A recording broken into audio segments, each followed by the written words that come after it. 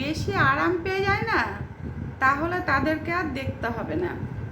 তা শাশুড়ি মা প্রত্যেক দিন রান্নাবান্না করে টাইমে বউকে খেতে দেয়, বৌমা খায় দেয়, বৌমা শাশুড়ি মার সঙ্গে গল্প করে। সব থেকে ভালো এমনি বৌমা, কিন্তু কোনো কাজের মধ্যে যায় না। শাশুড়ির যেহেতু বয়স কম, সেহেতু শাশুড়ি বলছে যে আমি যতদিন পারি করি না রান্না, তাতে কি হয়েছে।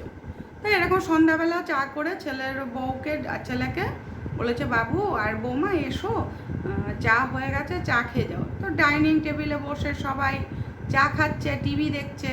তার ছেলে, বৌমা, তার হাজব্যান্ড, সে সবাই মিলে চা খাচ্ছে। হঠাৎ করে বৌমা বলেছে, মা কী দিয়ে চা বানিয়েছ গো, আজকে চাটা কি বাজে হয়েছে, ইস দুধ টুধ দাওনি নাকি, খুব বাজে লাগছে খেতে মা চাটা, তুমি আজকে কী দিয়ে চা বানিয়েছো, দুধ টুধ মনে হয় ঠিকঠাক পড়েনি। তখন শাশুড়ি মা কোনো কথা বললো না, বলছে হতে পারে। যাই হোক, সেদিনকে চলে গেল। রাত্রিবেলাটাও করেছে শাশুড়ি মা, রুটি টুটি যা যা করা সমস্ত কিছু করে ছেলের বউকে ডেকেছে খেতে, তারা খেয়েছে। তো সবাই মিলে একসঙ্গে খাওয়া দাওয়া করেছে। খাওয়া দাওয়ার পরের দিন সকালবেলা উঠে বৌমা চা দেখে, আর চা নেই, চা পাচ্ছে না। তখন ও মা তুমি কি করছো, চা দেবে না আজকে, চা খাবে না? বলছে বৌমা আমাদের চা খাওয়া হয়ে গেছে, তোমার শ্বশুরমশাই আমি চা খেয়ে নিয়েছি, এক কাজ করো তোমার চা আর বাবুর চাটা করে তুমি নিয়ে যাও। বলছে মা তুমি আজকে একা একা চা খেয়ে নিয়েছো, বাবাকে দিয়েছো, তো আমাদের চা করোনি কেন? তখন বলছে হ্যাঁ বৌমা রান্নাটাও তুমি করবে, কেননা দেখো আমার তো বয়স হয়েছে, আমি আর পারছি না। দেখো তোমরা যতই ভাবো যে আমার বয়স কম হচ্ছে, দেখো শাশুড়ি মা কখন হয়, যখন বয়স হয় তখনই তো শাশুড়ি মা হয়, তাই না? আমি তো শাশুড়ি মা, তাই তোমারই তো উচিত, আমি তো 2 বছর তোমাকে করে খাওয়ালাম মা, তুমি তো সব কিছু শিখে নিয়েছো, ভালো মন্দ বুঝতে শিখেছো, তুমি রান্নাটা আজকের থেকে করবে। তখন বউ মনে মনে ভাবছে যে এ তো আমি কালকে নিশ্চয়ই চায়ের কথা বলেছি বলেই মা আজকে রেগে গিয়ে আমাকে রান্না করতে বলছে। তখন বৌমা বললো মা আমি কি চায়ের কথা কালকে তোমাকে বলেছি বলে কি তুমি আমাকে এসব করতে বলছো? বলছে না না বৌমা, আমি তো তোমাকে ভাবছিলাম কদিন ধরেই যে তোমাকে সব দায়িত্ব দিয়ে দেবো, কিন্তু ভাবছিলাম মেয়ে বাচ্চা টাচ্চা হয়ে যাক, তবে একটা বেবি হয়ে গেলে তখন তুমি কাজকর্ম করবে। কিন্তু ভাবলাম মনে মনে তো এখন তো আমাদের বয়স হচ্ছে, আমরা একটু ঘুরে বেড়াই, তোমরা একটু সংসারটা সামলে নাও।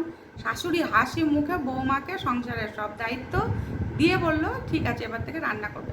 বউ প্রত্যেক দিন রান্না করে, হয় নুন বেশি, নালে তেল কম, নালে ঝাল নেই, নালে নুন নেই, কিছু না কিছু সমস্যা প্রত্যেক দিন হচ্ছে। আর খেতে বসে না পারছে ছেলে খেতে, না পারছে শ্বশুর খেতে, না পারছে শাশুড়ি খেতে, নিজেও খেতে পারছে না, কি বাজে রান্না হচ্ছে। তখন ছেলে বলছে তুমি মাকে বলছিলে চাটা ভালো হয়নি, চা তো সেদিন আমাদের সবারই ভালো লেগেছিল, তোমার শুধু চাটা ভালো লাগেনি, আসলে আরামে খেতে খেতে তোমার মুখটা বেশি আরাম পেয়ে গিয়েছিল। তো আজকে তুমি কি রান্না করছো, তুমি নিজে খেতে পাচ্ছ তোমার রান্নাগুলো? তখন বউ বলছে সত্যি বলেছো, রান্নাগুলো একদম ভালো হচ্ছে না, আমি তো ভালো পারি না, মা পারে। বলছে তাহলে একবারই মাকে বলতে গেছিলে কেন যে চাটা ভালো হয়নি, তুমি তাহলে করে দিলে না কেন মাকে?